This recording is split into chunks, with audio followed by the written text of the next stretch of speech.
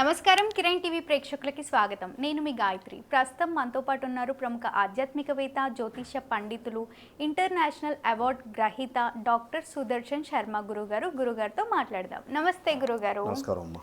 గురుగారు, సాధారణంగా మనం టెంపుల్కి వెళ్ళి జాతకం చూపించుకున్నప్పుడు ఈ రాశికి ఈ దేవత, ఈ దేవుడు అధిపతి, ఈ దేవుడికి పూజలు చేసుకుంటే సరిపోతుంది అని అంటారు. గ్రహచార రీత్యా నిజంగా అలా ఉంటుందంటారా? ఈ సంవత్సరంలో ఏ రాశికి ఏ దేవత బాగా కలిసి వస్తుంది అని అంటారు, ఒకసారి తెలియజేయండి. మంచి క్వశ్చన్ వేసామమ్మా. విషయానికి వెళ్ళబోయే ముందు కాస్త ఆధ్యాత్మికంగా ప్రార్థన చేసుకుని విషయం తప్పకుండా. బీజాపూరగదేక్షుకార్ముకరుజ చక్రాబ్జ పాశోత్పల వ్రీహ్యగ్రస్వవిశానరత్నకలశాన్ ప్రోధ్యత్కరాంభోరుహ ధ్యేయో వల్లభయ సపద్మకరయ సృష్టోజ్వల భూషయాత్ విశ్వోత్పత్తి విపత్తి సంస్థితికరో విఘ్నేశ ఇష్టార్దదః. శ్రీ మహాగణాధిపతయే నమో నమః. అస్మద్గురు చరణారవిందాభ్యో నమో నమః. అస్మత్పితు శ్రీ భమిడి వెంకట సుబ్రహ్మణ్య శర్మ పాదారవిందాభ్యో నమో నమః. ప్రధానంగా తీసుకుంటే ప్రతి రాశికి కూడా రాశ్యాధిపతులు ఉంటారమ్మ. ఉదాహరణకి మేషరాశిని తీసుకుంటే మేషరాశికి అధిపతి మనకి కుజుడమ్మ.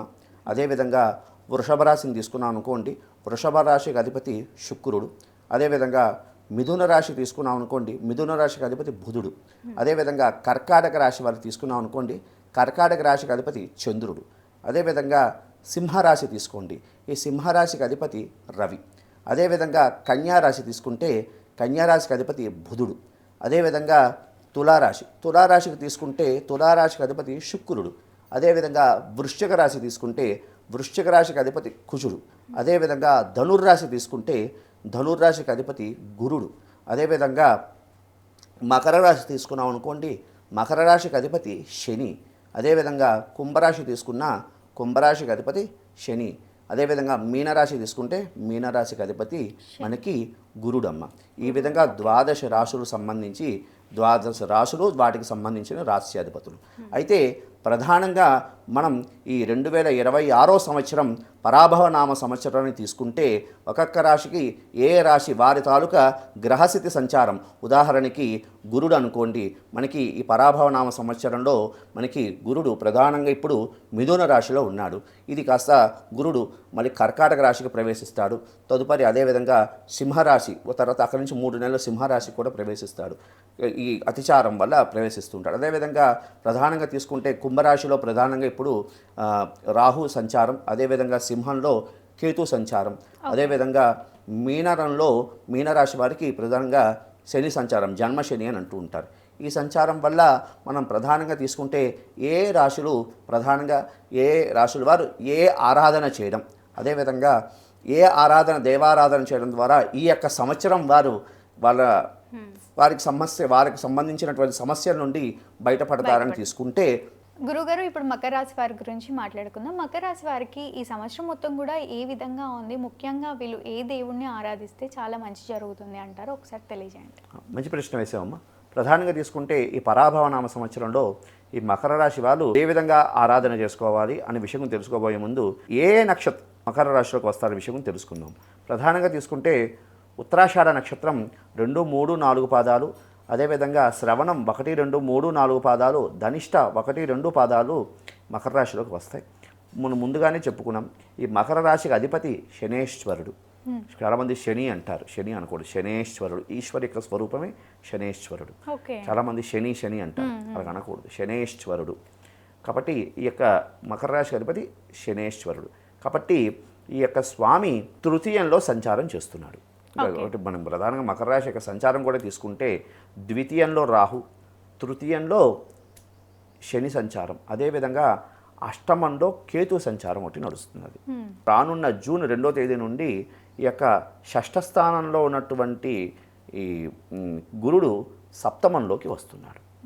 సప్తమంలోకి రావడం ద్వారా ఈ యొక్క మకర రాశి వారికి ఉత్తమమైనటువంటి ఫలితాలు కలగడానికి అవకాశం ఉంది. ప్రధానంగా తీసుకుంటే వివాహ ప్రయత్నాల కోసం చేస్తున్నటువంటి వారందరికీ కూడా వివాహ సిద్ధించేటటువంటి యోగం కనబడుతున్నది.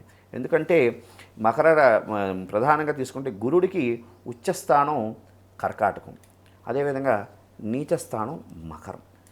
కాబట్టి ఈ గురుడు మకర రాశికి సప్తమ స్థానంలో ఉచ్చస్థానంలో కర్కాటకంలో స్వామి సంచారం జరుగుతున్నది జూన్ 2వ తేదీ నుండి. మకర రాశి వారికి ప్రధానంగా తీసుకుంటే ఈ యొక్క జూన్ 2వ తేదీ నుంచి గురుడు సప్తమ స్థానంలో సప్తమ స్థితి దృష్టితో చూస్తున్నాడు మకర రాశికి. కాబట్టి వివాహ ప్రయత్నాలు చేస్తున్న వారికి వివాహ సిద్ధించినటువంటి యోగం ఖచ్చితంగా ఈ ఈ పరాభవ నామ సంవత్సరంలో కనబడుతున్నది మకర రాశి వారికి. అదేవిధంగా భార్యాభర్తలు యొక్క కోర్టు వ్యవహారాల్లో, డైవర్స్ విషయాల్లో భార్యాభర్తలు చేస్తున్నటువంటి ఈ వ్యవహారాలన్నీ కూడా సమలిసిల్లిపోయి వాళ్ళు కలవడానికి అవకాశం కూడా సూచిస్తున్నది, ఎక్కువగా ఉన్నది. అదేవిధంగా ఈ మకర రాశి వారు వివాహ అంటే ప్రేమ ప్రయత్నాలు ఈ విషయాల్లో ఉన్నవారు కూడా ఇందులో విజయం సాధించడానికి అవకాశం అనేది ఉన్నది. అదేవిధంగా ఎన్నాళ్ళని అందరికీ సొంతింటి కళ అనేది ఒకటి ఉంటుంది, ప్రతి వ్యక్తికి కూడా సొంతింటి కళ అనేది ఉంటుంది. కాబట్టి సొంతింటి కళ గురించి ప్రయత్నం చేస్తున్నవారు, ఇంటి గృహం కోసం ప్రయత్నం చేస్తున్న వారందరికీ కూడా ఈ యొక్క పరాభవనామ సంవత్సరంలో గృహం సిద్ధించినటువంటి యోగం కూడా కనబడుతున్నది. అయితే ముఖ్యంగా ఏమిటయ్యా అంటే ద్వితీయంలో రాహు, అష్టమంలో కేతు సంచారం వల్ల కాస్త ప్రథమంలో విఘ్నాలు కలుగుతూ ఉంటాయి, కానీ ఆఖరిలో విజయం సాధించడానికి అవకాశం ఉంటుంది. అయితే ఈ విఘ్నాలని కూడా ఉపశమనం కలిగించడానికి ఏమిటి చేయాలయ్యా అంటే ప్రధానంగా దుర్గా ఆరాధన. ప్రతి నిత్యము కూడా దుర్గా అమ్మవారికి సంబంధించి ఆరాధన చేస్తూ ఉండడం, దుర్గకి సంబంధించినటువంటి దేవాలయానికి వెళ్ళి దర్శనం చేసుకుంటూ ఉండడం. అదేవిధంగా ఈ ఆడవారికి సంబంధించి అంటే స్త్రీ అమ్మవారికి సంబంధించి యాదేవి సర్వభూతేషు మాతృరూపేణ సంస్థిత. మనకి లలితా సహస్రనామంలో కూడా ఉంటుంది సువాసిన్యర్చన ప్రీత శోభనా శుద్ధమానస అని. కాబట్టి సువాసినీలకి కాస్త అవకాశం ఉన్నవాళ్ళు కాస్త పుష్పం ఫలం తోయం అన్నట్లుగా కాస్త అమ్మవారికి సంబంధించి సుమంగళి ఆభరణాలు సమర్పణ చేయడం. మగవారైనా తప్పేం లేదు, ఇబ్బంది ఏం లేదు. ఆ పరదేవత స్వరూపంగా ఆ సువాసిని ఆ భావన చేస్తూ ఈ సుమంగళి ద్రవ్యాలను సమర్పణ చేయడం ద్వారా అమ్మవారి కృపకి పాత్రులు అవుతారు. తద్వారా ఈ దోషం నుండి కూడా ఉపశమనం కలగడానికి అవకాశం ఉంటుంది. పరదేవతకి సమర్పణ చేస్తున్నటువంటి భావనతో సమర్పణ చేస్తుండడం. ఇంకా సువాసిని ఆడవారైతే ఆడవారికి సమర్పణ చేయడంలో ఇబ్బంది కూడా లేదు. అదేవిధంగా ఇదొక విషయం.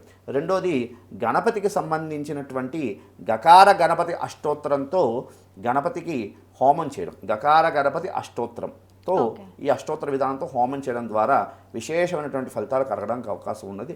అదేవిధంగా శక్తి ఉన్నవారు మోదకాలతో 108 మోదకాలతో గణపతికి హోమం చేయడం ద్వారా ఈ యొక్క విఘ్నాల నుండి ఉపశమనం కలిగి ఆరోగ్యరీత్యా కూడా ఈ యొక్క మకర రాశి వారికి కాస్త ఇబ్బందులు కలగడానికి అవకాశం అనేది ఉన్నది. కాబట్టి వీటి నుండి కూడా ఉపశమనం కలగడానికి అవకాశం ఉన్నది.